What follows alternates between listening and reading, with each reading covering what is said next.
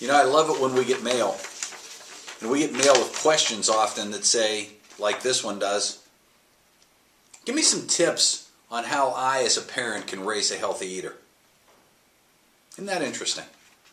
I remember sitting down with my grandmother years ago, giving me tips. Now, I can't say that I was a healthy eater as I grew up, but I think I did better than the kids nowadays. So I decided to attack this question, see if I could come up with some answers for you. Let me just give these to you in not any particular order. What do you want to do? How about I came up with 10 tips to help raise a healthy eater. Number one, start them young.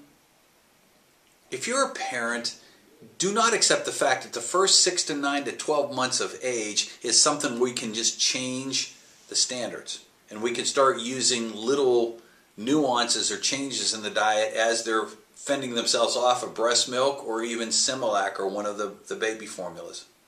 Start early. Number two, rewrite the kids' menu. If you have a menu that has on it, like my parents did, every Monday we had fried jumbo. You may not know what jumbo is, bologna. Not a healthy thing to do. Get out of the mold of having a certain day be a certain food. Switch it around. Experiment. Don't make mac and cheese just because they see it and want it all the time a staple of their diet. Number three, remember the calories that your children are consuming from drinks count too.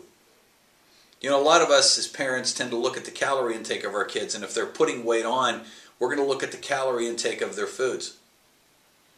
Don't forget, that orange juice that they're having, or that grape drink that they're having, or that soda that they're having adds up to calories also. Number four, give them some choices. You know, very often we as parents make the mistake of saying, you will eat your carrots. Well, honestly, your child may not like carrots.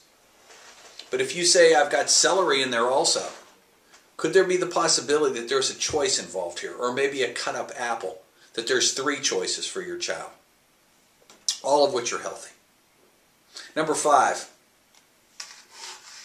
parents decide when boys and girls are to be served foods. What's that mean? Too often we as parents just let the refrigerator door open and close at any time. They come home from school, they go to the fridge, and they start eating something. Do you have any idea what that is? Probably not. So what happens around dinner time? They're just not as hungry as they should be, so you prepared a nice meal for them, but they're not hungry because they had a peanut butter and jelly sandwich right after school. Because they were hungry. Parents, decide when that refrigerator door can be open. You don't want to starve your kids, but decide when and where they can be served foods. Next, quit the clean plate club. My parents did that all the time. You're not getting up from this table till that plate is clean. We've created an obese generation by doing that. Let me say it that way. Sure, we don't like to waste food. Sure, we don't like to take too much. But we serve too much from the start. Do not force them to do the clean plate club. You can easily say, there's nothing else when you're done, but we can definitely avoid overeating. Next on the list, and this is so obvious, I didn't even know why I put it on here. Decrease the sweets, period. Do you really think there's a need in your household for ice cream, popsicles, frozen yogurt, frozen snacks, or gummy bears? If you don't have them in the house, you're not going to be tended to want to use those. Next on the list, do not use food as a reward. How many mistakes have we made as parents?